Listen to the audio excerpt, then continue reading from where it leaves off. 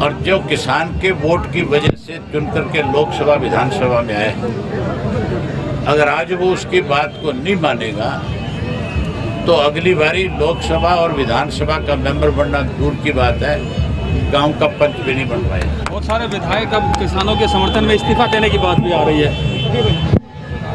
कह रहे हैं कि इस्तीफा अगर किसान संगठन मिलकर के ये कहे कि सब उन राजनेताओं को इस्तीफा देना चाहिए जो हमारे वोट से चुन करके विधानसभा और लोकसभा के सदस्य बने हैं, तो अभय सिंह चौटाला का इस्तीफा सबसे पहले आएगा। देश और प्रदेश की ताज़ा खबरों के लिए अभी सब्सक्राइब करें दी ग्राउंड नेटवर्क, आपकी आवाज़। और मेरे जो ग्रैंडफादर चौधरी देवीलाल थे, उन्होंने हमेशा किसान की लड़ाई लड़ी। किसान की लड़ाई के लिए उन्होंने मुख्यमंत्री और प्रधानमंत्री के पद भी त्यागने का काम किया।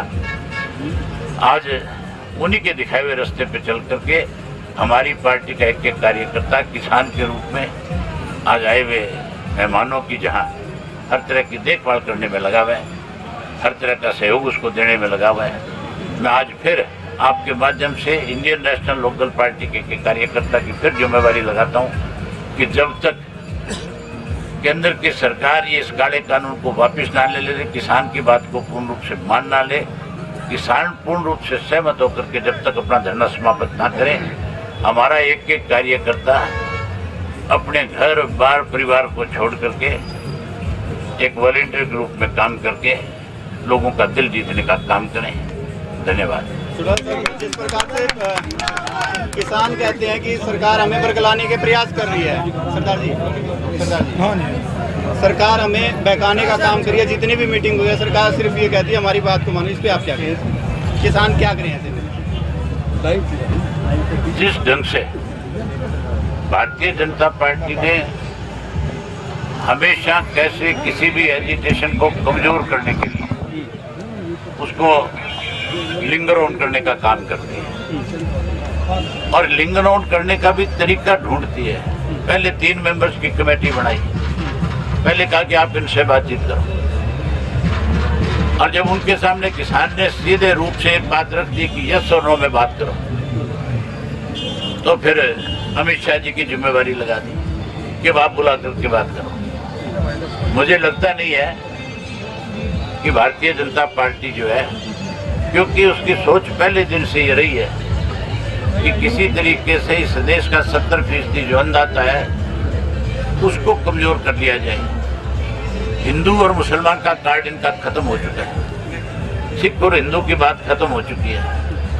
आज तो देश के किसान को कमजोर करके कहीं अगला दाव लगाने की फिराक में है। पूंजीपति के माध्यम से इस देश पे राज करना चाहती है, लेकिन इस देश का 70% अन्नदाता जो है बीजेपी को सबक सिखाएगा और घुटनों पे बल ला करके मजबूर करने का काम करेगा। सरकार को किसान की बात को मानना पड़ेगा। पंजाब में किसान जब दिल्ली आ रहे तो हरियाणा में उनको रोका गया, उसको आप कैसे देखते हैं? मुकदमे दर्ज किए गए, मुकदमे भी दर्ज किए गए। किसान जो है दिल्ली किसान की है, दिल्ली किसी की बेपोती नहीं है। अगर आज इस देश का किसान दिल्ली को दूध की सप्लाई बंद कर दे, सब्जी की सप्लाई बंद कर दे, अनाज और धान की सप्लाई बंद कर दे, तो दिल्ली में बैठे लोग जो आज कहीं इनके द्वारा चुन करके भेजे गए, उनको शाम को इस बात को समझ आ जाए। जिस तरह से किसानों पे मुकदमे बना करके उनकी आवाज़ को दबाने की कोशिश की गई है, अनेक दफ़ा सरकार ने इस तरह से मुकदमे बढ़ाए, दबाने की कोशिश करी, लेकिन मजबूर होकर के मुकदमे वापस लेने पड़े। अब भी 100% सरकार को मुकदमे भी वापस लेने पड़ेंगे। 100 प्याज भी खाएगी, 100 जूते भी खाने का काम करेगी। क्या सर बुराड़ी को जलियांवाला बाग बनाने का इरादा था?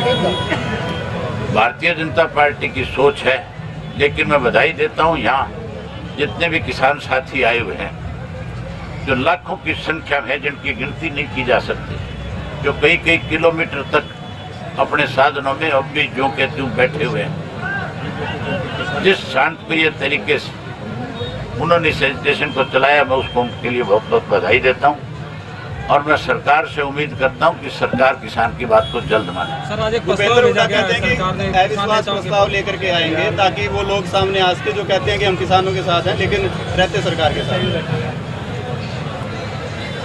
मैं यहाँ पे कोई भी राजनीति नहीं करना चाहता। आपका सवाल इस किस्म का है, कांग्रेस पार्टी जो है, आप हुड्डा साहब से केवल एक बात पूछ लें कि जिस दिन विधानसभा के अंदर सरकार की तरफ से प्रस्ताव लाया गया था, उस दिन वॉकआउट क्यों किया? उस दिन किसान के पक्ष जो है विधानसभा में क्यों नहीं रखा? उस वक्त भूपेंद्र सिंह हुड्डा जो है विश्वास प्रस्ताव क्यों नहीं लेकर गया? मैंने स्वयं भूपेंद्र सिंह हुड्डा और किरण दोनों से ये बात कही थी कि आप हाउस छोड़ करके मत जाओ, आपको हमारे साथ यहाँ बैठना चाहिए और हमें किसान का पक्ष सरकार के सामने रखना चाहिए, सरकार को मजबूर करना चाहिए। ये लोग तो उसी वक्त हाउस छोड़ करके चले गए थे, लेकिन मैंने अपनी बात ठोक करके किसान के पक्ष को सरकार के सामने रखा, और जब सरकार मेरी किसी बात का जवाब नहीं दे पाई तो फिर मैं वॉकआउट करके आया था। देश और प्रदेश की ताज़ा खबरों के लिए अभी सब्सक्राइब करें दी ग्राउंड नेटवर्क, आपकी आवाज़।